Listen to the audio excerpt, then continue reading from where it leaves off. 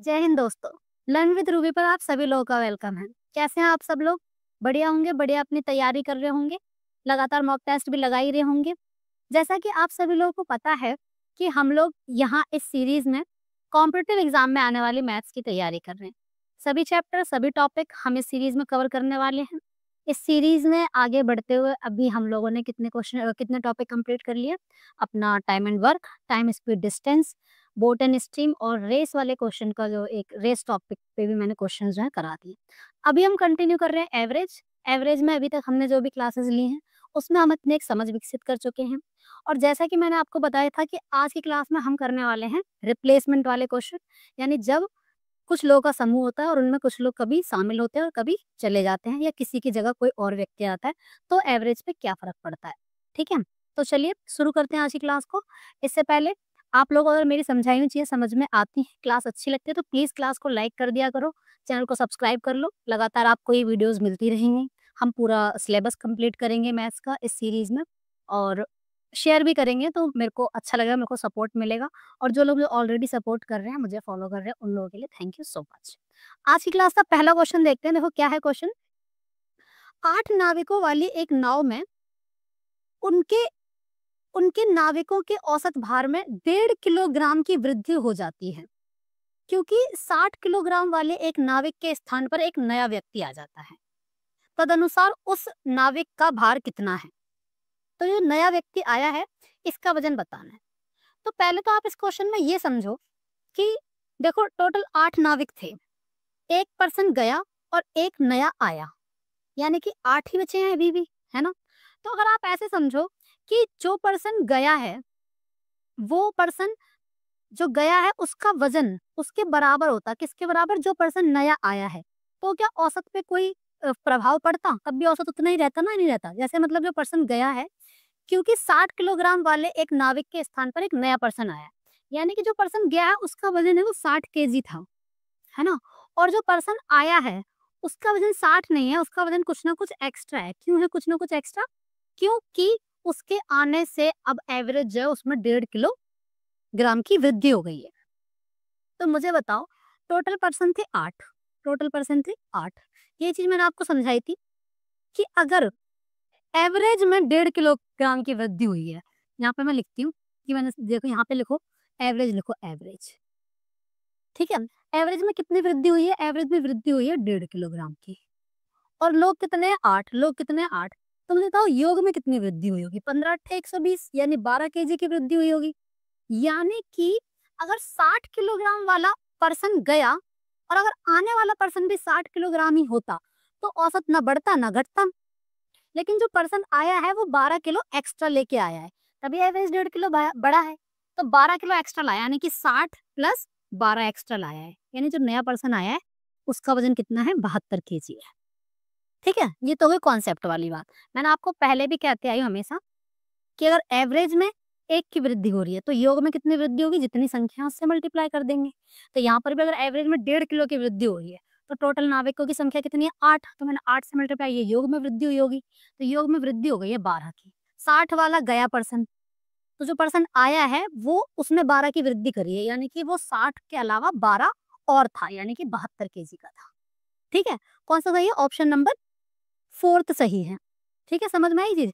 इसी चीज को मैंने आपको कैसे समझाया, कैसे करने के लिए बोला था मैंने कहा था आप इन 8 पर्सन को कैसे भी मान लो, ऐसे लिख सकते हो। मान लो A B C D E F G H, ये 8 पर्सन हो गए। लिखने में टाइम लगेगा, वैसे कॉन्सेप्ट समझो ना कि ये 8 लोग थे और इनका वजन था कुछ ना कुछ, इनका वजन था कुछ ना कुछ एक्स था। ठीक है, अब जो लोग हैं, मान लो एच चला गया, एच की जगह कोई नया पर्सन आ गया, मान लो एच की जगह आई आ गया, तो ये सारे तो वैसे के वैसे ही हैं जी तक, है ना? ए से स्टार्ट करके जी तक, वैसे एच की जगह आई आ गया, यानी 8 ही लोग पहले थे, 8 ही लोग अभी हैं, है ना? और एवरेज में कितने की वृद्धि हुई है? एवरेज में 1.5 किलो की वृद्धि हुई है। तो आपने देखा कि अगर एवरेज में 1.5 किलो की वृद्धि हुई है, अगर एवरेज में 1.5 किलो की वृद्धि हुई है, तो योग में कितने की वृद्धि होगी? आपने बोला कि 1.5 इंटू 8, 15 8 120, 12 केजी की वृद्धि हुई है, 12 केजी की। ठीक है, तो जो ये पर्सन गया है इसका वजन 60 था और वृद्धि हो गई है 12 की, इसका मतलब ये जो पर्सन आया है इसका वजन कितना है? 72। 60 प्लस 12 72 है। समझ में आ गई ये चीज? नेक्स्ट एक और क्वेश्चन देखते हैं अब इस तरीके का। ठीक है, देखो इसी की तरह का एक और बढ़िया सा क्वेश्चन देखो क्या है कि 8 व्यक्तियों के औसत वजन उस समय 2.5 किलोग्राम बढ़ जाता है जब उनमें से 65 किलोग्राम वजन के एक व्यक्ति के स्थान पर एक नया व्यक्ति आ जाता है। तो नए व्यक्ति का वजन बताओ।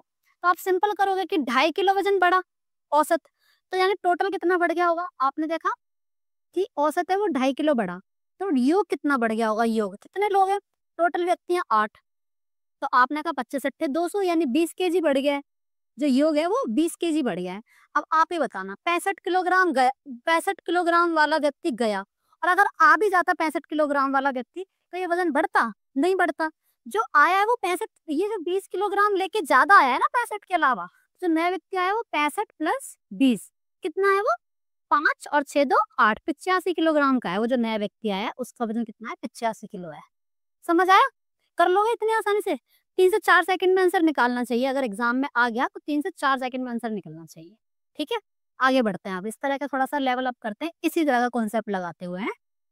अब देखो ये क्वेश्चन इतना अच्छा क्वेश्चन आया 2020 में, सीजीएल में पूछा है टियर 1 में। क्या कह रहा है कि जब दी गई n संख्याओं में से प्रत्येक में से 2 घटाया जाता है, तो प्राप्त संख्याओं का योग 102 हो जाता है।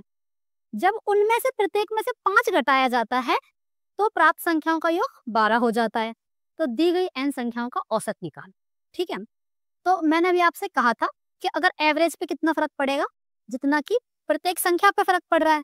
तो मुझे बताओ कि यहाँ पे हमें योग नहीं पता कितना योग है, तो मैंने बोला कि जो योग है वो मैंने मान लिया x है। योग कितना है? x है। मुझे बताओ अगर हर एक संख्या में से 2 घट रहा है और संख्याएं n है, जो संख्याएं हैं वो कितनी है? n है।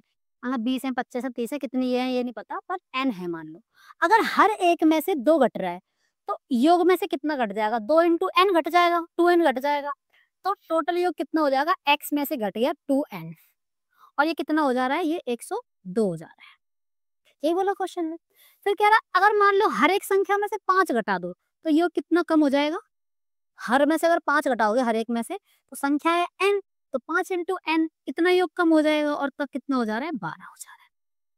हमसे बोल रहा है कि मुझे उन्हें क्या बताना है? हमें बताना है जो संख्याएं हैं उनका n संख्याओं का औसत बताना है, एवरेज बताना। तो यहाँ से बताओ मैं x निकाल लूंगी, योग निकाल लूंगी। तो ये जो योग है x ये निकाल सकती हूँ, या इसको काट दो तो n निकल जाए, इसको काट दो, कोई प्लस का है मैंने माइनस का कर दिया, ये माइनस का है तो प्लस का कर दिया, ये प्लस का है तो माइनस का कर दिया। जब ये साइन चेंज कर देते हैं तो ये वाले इक्वेशन के जो साइन पहले वाले साइन थे ना इनको भूल जाते हैं और ये वाले साइन माने जाते हैं। ठीक है? अब ये प्लस का ये माइनस का है तो ये कट गया। ठीक है? 5 प्लस का है और 2 माइनस का, तो 5 में से 2 गया तो 3 है। ठीक है? ये प्लस का ये माइनस का, तो ये माइनस करो कितना बचेगा? 90। तो n आ गया 30, यानी संख्याएं कितनी है वो? 30 संख्याएं। समझ गए? अब n को यहाँ पुट कर दो या नीचे वाली में इक्वेशन में पुट कर दो, कहीं भी पुट कर दो, क्या आ जाएगा? योग आ जाएगा, योग निकल जाएगा x माइनस 2n। n मतलब 30, 30 दूनी 60, यहाँ 60 लिख दिया, ये 102, तो x बराबर कितना आ जाएगा? 102 प्लस 60 162। ये आ गया योग। हमें निकालना है औसत यानी एवरेज निकालना है। हमें क्या निकालना है? एवरेज। तो एवरेज कितना होगा? योग अपॉन में संख्याएं। ये मैंने 0 हटाया, यहाँ पॉइंट लगाया और 3 पंजे 15, 3 चौक 12, यानी कितना है एवरेज? 5.4 है इन संख्याओं का। अच्छा क्वेश्चन दिया है ये, सीजीएल टियर 1 में अच्छा क्वेश्चन पूछा है ना, तो अगर आएगा एग्जाम में तो कर लोगे इजीली। इसमें भी क्या ही कॉन्सेप्ट लगा है कि अगर हर एक संख्या में से 2 कम कर रहे हो तो टोटल कितना कम हो जाएगा? 2 इंटू n कम हो जाएगा। ठीक है? हर एक संख्या में से 5 कम कर रहे हो तो योग कितना कम हो जाएगा? 5 इंटू n कम हो जाएगा। क्लियर? आगे चले। तो अब हम करेंगे अगले टाइप के क्वेश्चन, जिसमें क्या होता है कि जिसमें जब हम संख्याओं को जोड़ रहे होते हैं तो किसी ना किसी संख्या का अंक पलट जाते हैं। ठीक है? जैसे कोई संख्या 63 है तो उसकी जगह 36 लिख ली गई है, अंक पलट गए हैं, तब एवरेज पे क्या इफेक्ट होता है? ऐसे क्वेश्चन को हम कैसे हैंडल करेंगे, इन क्वेश्चन में अब हम देखते हैं। ठीक है? पहला क्वेश्चन देखो, कह रहा है कि एक छात्र 2 अंकों वाली 10 संख्याओं का औसत निकाल रहा है। उसके पास टोटल संख्याएं कितनी है? 10, 2 अंकों की। ठीक है? यदि एक संख्या के अंकों को परस्पर बदल दिया जाए तो औसत 3.6 बढ़ गया। ठीक है? तो बताओ कि 2 अंकों वाली संख्याओं के अंकों के बीच का अंतर कितना है? ये हमेशा आपसे क्या पूछेगा? जो संख्या के अंक पलट दिए हैं तो उस उनके अंकों का अंतर पूछेगा। अधिकतर आपसे अंतर पूछेगा, कुछ और पूछेगा तो वो भी बताएंगे, लेकिन अभी अंतर निकालना सीखते हैं, है ना? तो देखो हुआ क्या है, हमें पता नहीं वो 2 अंकों की संख्या थी, उसके क्या-क्या अंक थे। मैंने मान लिया वो संख्या जो थी वो x, y थी। यानी कि उसका इकाई का अंक y था और दहाई का अंक x था, ठीक है? तो जब ये संख्या योग में जुड़ेगी, तो कैसे जुड़ी होगी? ऐसे जुड़ी होगी ना, इकाई का अंक मतलब y प्लस दहाई का अंक मतलब 10x। यानी योग योग ये होना चाहिए था, योग ये होना चाहिए था, लेकिन अंक पलट गए। अंक क्या हो गए? पलट गए। अंक क्या हो गए? अंक हो गए yx। यानी जुड़ना चाहिए था ये, और जुड़ क्या गया? जुड़ गया tan y प्लस x, ये जुड़ गया, ये जुड़ गया। यानी योग पे कितना असर आ गया? अगर इसका और इसका अंतर लोगे तो अंतर आएगा tan x में से अगर एक x जाएगा तो 9x माइनस, अगर tan y में से y जाएगा तो माइनस का 9y आएगा। यानी कि ये क्या आया? योग पे अंतर आया। ये क्या आया? योग पे अंतर आया। समझे नहीं समझ रहे? ठीक है। फिर अगर योग पे अंतर ये आया है, तो योग पे एक्चुअल अंतर क्या आया? उसमें बोला है कि योग जो 3.6 बढ़ गया है। अगर एवरेज 3.6 बढ़ा और 10 संख्याओं पे बढ़ा, तो योग कितना बढ़ा? 36 बढ़ा। हाँ कि ना? 36 बढ़ा। तो यानी ये योग पे अंतर आया है, और क्वेश्चन के हिसाब से योग पे अंतर कितना आया है? 36 आया है। तो अगर आपने 9 लिया कॉमन, तो x माइनस वाई बराबर 36, इसका मतलब अंकों का अंतर कितना आ गया? 4, 9 चौके 36। उसने यही पूछा है आपसे कि जो संख्या के अंक पलट गए, उसके अंकों के बीच का अंतर कितना है, ये। तो अब मैं आपको बताती हूँ डायरेक्ट तरीका कि करना कैसे है।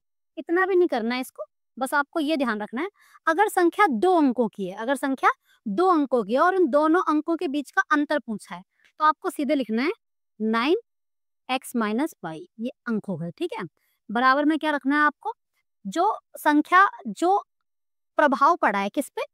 एवरेज पे। जैसे इसमें 3.6 का प्रभाव पड़ा है, तो जो 3.6 है उसको आपको क्या कर देना है? संख्याओं से, कितनी संख्याएं थी? 10 संख्याएं थी, तो योग पे कितना प्रभाव पड़ा है?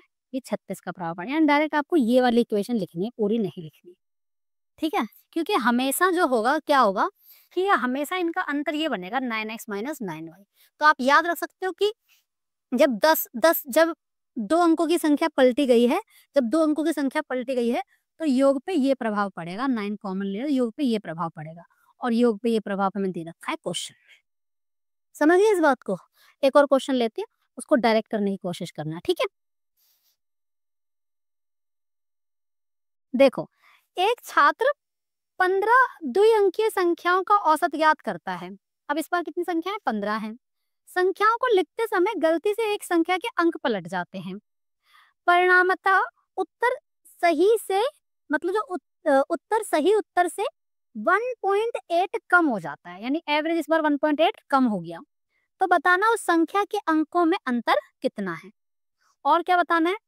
और जिन संख्याओं में उसने गलती की थी उसी के साथ उसके अंकों का अंतर बताना है, ठीक है। तो आप डायरेक्ट करोगे, देखो अंक जो एवरेज पे अंतर है वो कितना पड़ेगा? आपने बोला 1.8 कम हुआ है, यानी योग कितना कम होगा? 1.8 इंटू 15, इतना योग कम होगा, होगा नहीं होगा? और वैसे योग कितना कम होता है? 2 अंकों की संख्याओं के केस में याद रखना पड़ेगा आपको 9x माइनस वाई, इतना ही प्रभाव पड़ेगा।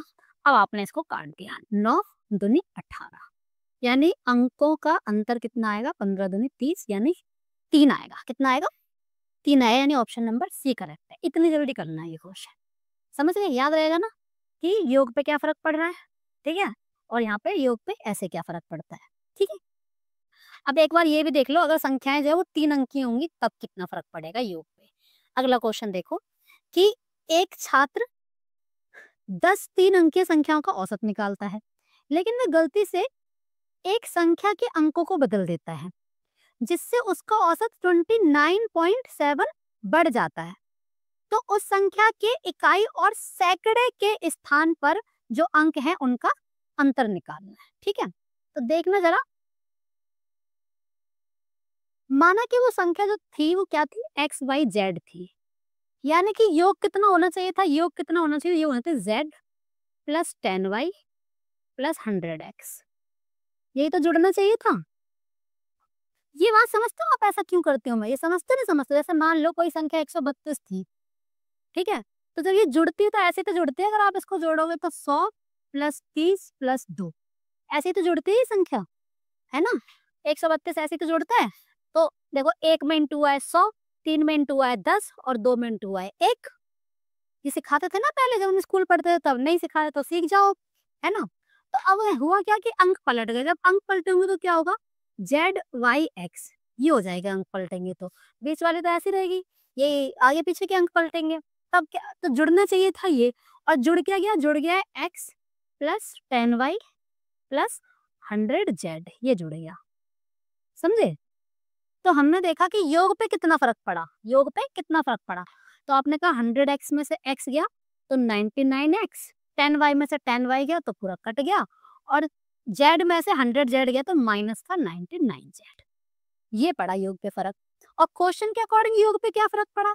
अगर एवरेज जो है वो 29.7 बढ़ गया, अगर एवरेज 29.7 बढ़ गया तो संख्याएं कितनी थी? 10, तो योग बढ़ गया 10 और वैसे योग बढ़ा है इतना, यानी ये आया योग का अंतर, ये आया योग का अंतर। अब मैंने इसमें से 99 कॉमन ले लिया, x माइनस जेड बराबर 297। आपने इसे काटा तो 3 बार में कट गया। तो देखो जो इकाई का अंक है और जो सैकड़े का अंक है उसके बीच का अंतर आ गया, नहीं आ गया? 3। तो 3 अंकियों वाले जो संख्या 3 अंकों की जो संख्या वाले क्वेश्चन होंगे उसमें ये क्या पूछेगा? इकाई और सैकड़े के अंक का अंतर पूछेगा। तो याद रखना यहाँ से डायरेक्ट क्या आएगा, जब अगर 3 अंकों का होगा तो योग पे ये वाला फ़र्क आएगा, ये वाला, ये 99 x माइनस जेड। ये x माइनस जेड क्या होंगे? इकाई का अंक और सैकड़े का अंक। ठीक है, याद रहेगा। और यहाँ पे डायरेक्ट योग पे जो भी फ़र्क पड़ रहा है वो। ठीक है, तो अगर अब अंकों वाला कोई क्वेश्चन आएगा उसका औसत निकाला जाएगा, तो सही औसत निकाल के बता दोगे। सॉरी, सही औसत नहीं निकाल सकते, यहाँ से हम क्या निकाल सकते हैं? अंकों का अंतर निकाल सकते हैं, निकाल लेंगे, डायरेक्ट कर लेंगे।